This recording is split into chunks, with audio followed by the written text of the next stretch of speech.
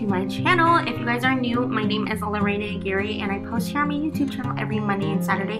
So please don't forget to like, comment, share, and subscribe. And if you have any video recommendations, make sure to comment down below. But first off, we are going to go ahead and start my client. I am going in with a very fine sanding band, and we are just going to make sure to get the rest of her old gel X off, just because a little bit of that extend gel was still on there, just because we just did a soak off. We did a soak off using the bowls this time, just because I did end up running out of cotton.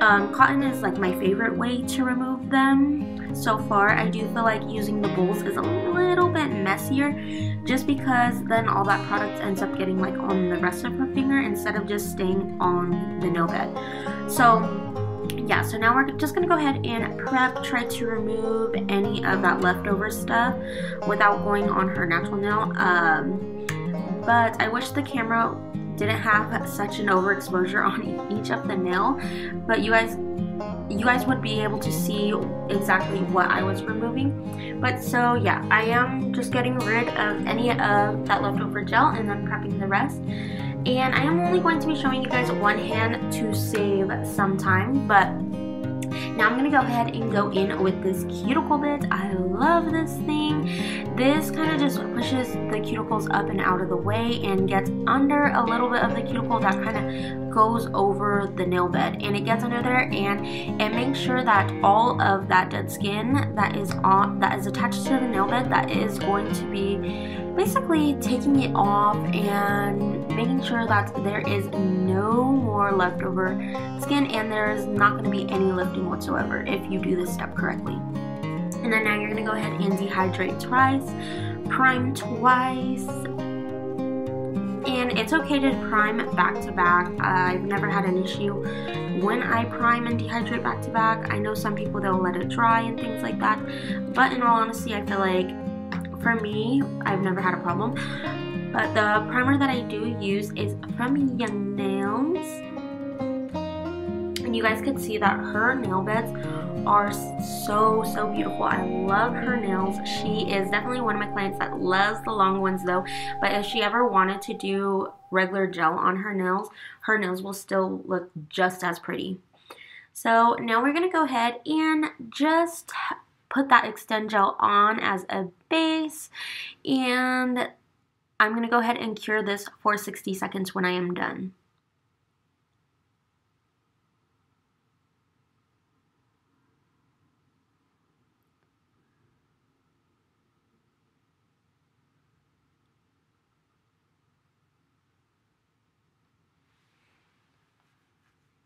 Alright you guys, now that that is out of the light, I went ahead and sized all of her tips before I did this clip, and then I etched the insides of them as well.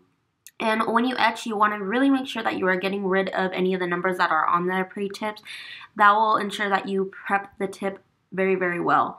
And I do kind of want to give you guys an update on, just because the last time she came in, we did end up using the sensitive gel on her, just because I did end up running out of this one right here, and she still was able to go just as long with the sensitive one as this one. She did have one that came off, but she said it was because she was at the gym. But normally she doesn't really have a problem. So, I mean, you might expect a little bit of more wear with the sensitive gel one.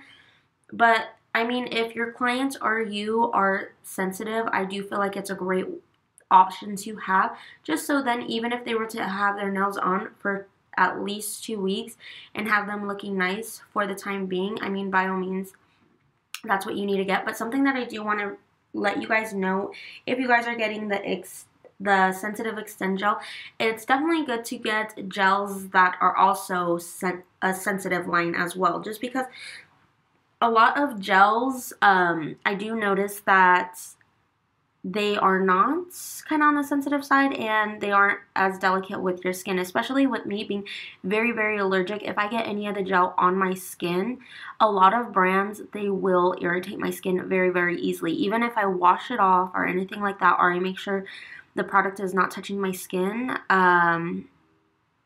like when it comes to nails, I do feel like it still ends up irritating my skin, and I will have like a red itchy patch for a few days. So definitely recommend, if you are getting the sensitive one, make sure you are using other brands with it that are more on the sensitive side, just because a lot of the gels aren't. And I know Apres, I don't think any of their color extend gels, I think they're all formulated the same as the regular extend gel. So that's something to keep in mind. So if your client is sensitive to the regular extend gel, definitely recommend maybe trying different lighter pink bases if you guys use the colored bases that they have for the extend gel, which I do really like those. I use them on a lot of my clients that they don't have sensitive skin to the product, and I love them. I think they're great. But if you're looking for another line that does have a little bit more,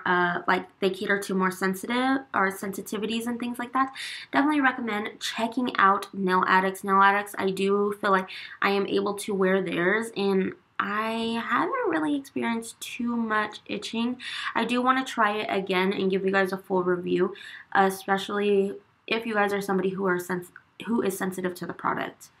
But now that we're done applying those, we put them into the light for 60 seconds. And something that I recommend if you guys are using this tip is the Chawn Legend Extra Long square ones. So if you do use this, just because it does have such a high apex, you're going to want to put it in and out of the light for those 5 seconds, and then do a full cure of 60 seconds. That definitely really helps with the heat spike, just because heat spikes, some people it doesn't hurt them at all, and some people they are just so sensitive to it, and I'm one of those people, so I completely understand when somebody tells me that the heat spike is way too strong. So definitely recommend telling them, putting them in the light off and on, so they don't end up having to feel so much pain when they're getting their nails done. And then I did end up filing off camera. I thought I was recording when I did file, but unfortunately I wasn't. But I went ahead and just shaped the sides and shaped the tips so then they are nice and square and they look nice and crisp. Now, since I went ahead and applied that top coat, now what I'm going to go ahead and do is put this beautiful holographic chrome on. This holographic chrome is from Montage Nail Supplies. I highly recommend checking them out. If you guys do need a discount code, make sure to check out the description box, because I do have various discount codes that will save you guys some money. And now I'm going to go ahead and do this thumb. This thumb I was kind of thinking about maybe doing just half a nail, because I didn't want to overpower the whole entire nail.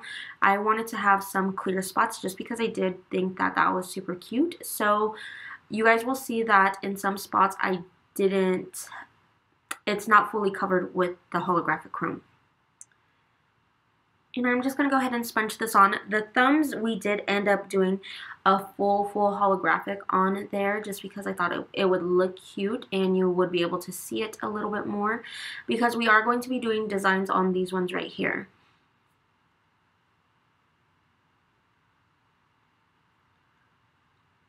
Alright, and now this is how it looks. I did not end up top coating over it before I did this design. I felt pretty confident in achieving this design without having to put a top coat, but if you guys are a beginner nail tech, something that I would recommend is putting a top coat before you design, preferably a matte top coat, and then go in with a gloss top coat, just so you could see that holographic shine. But the reason for the matte top coat, it's good because if you are new to designs, I feel like it makes your job a lot easier as a nail tech, or if you guys are even a nail tech that have been doing designs for a little while, if you want to switch it up and try something different, put a matte top coat down and your lines will come out so nice and clean and crisp, because basically with a matte top coat, everything kind of wants to stay in place, especially if you are working with gels that kind of run a lot of the time. Definitely recommend doing that first, because when you are doing designs on top of something that's super glossy, the gel, it tends to kind of slip and move. The gels that I am using are from Colorland Gels. These I don't feel like I have a horrible time with, or I don't want to say horrible time, because they are a really good product and I like the way they work. They are such a good brand. But it's just because times before that I've used other products, they have a very strong dispersion layer, and I do feel like if you're not flash currying them every time, a lot of times what will happen is that they end up moving and the design doesn't seem as on point. So definitely recommend trying out Colorland gels.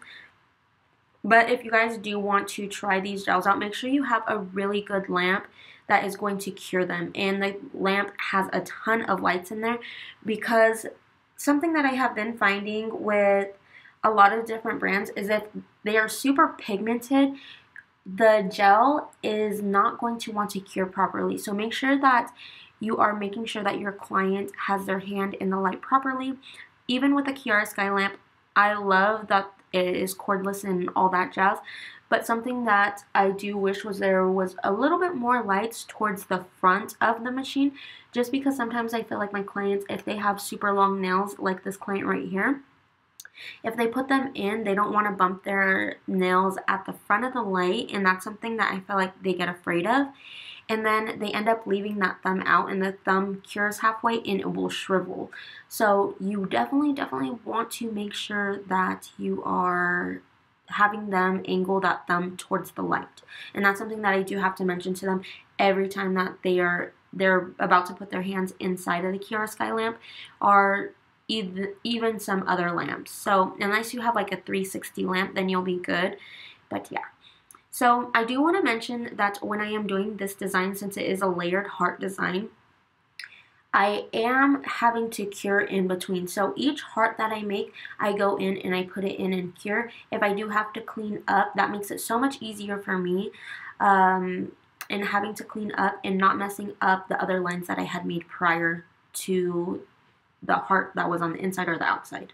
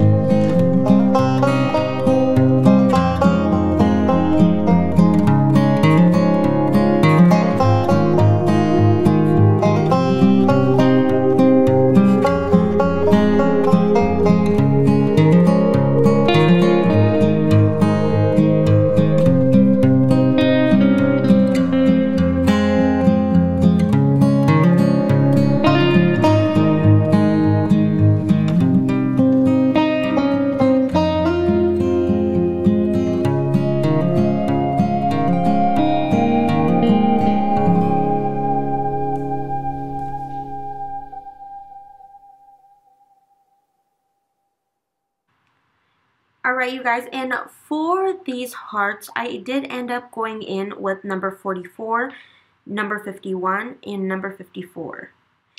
So those are the three that I went in with. The very, very light pink is number 44. that medium pink is 51, and that bright, or the darker pink, bright kind of pink, is 54. And so all of these gels look so pretty. Honestly, you guys, definitely recommend checking out Colorland gels. I love them, especially if you guys are wanting to get into designs or just love a really smooth application. I love these.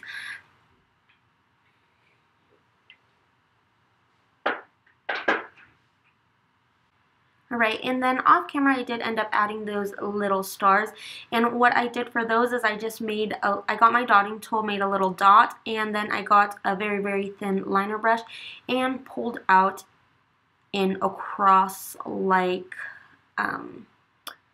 design, like I pulled out almost like a T, so pulled out from the center and then made my lines that way, and it makes the perfect star. So definitely when you are doing this, definitely pull out from the dot. Don't pull into the dot, because if you end up pulling your brush into the dot, it is not going to look like a perfect star and you are going to end up working harder. So definitely try that method. Let me know how it works. And yeah. So now I'm going to go ahead and top coat. The top coat that I am using is from Tracy's Nails, and this is the final look, you guys. I hope you guys really enjoyed today's video. Please don't forget to like, comment, share, and subscribe to the channel. And as always, I'll be back with more videos. Bye!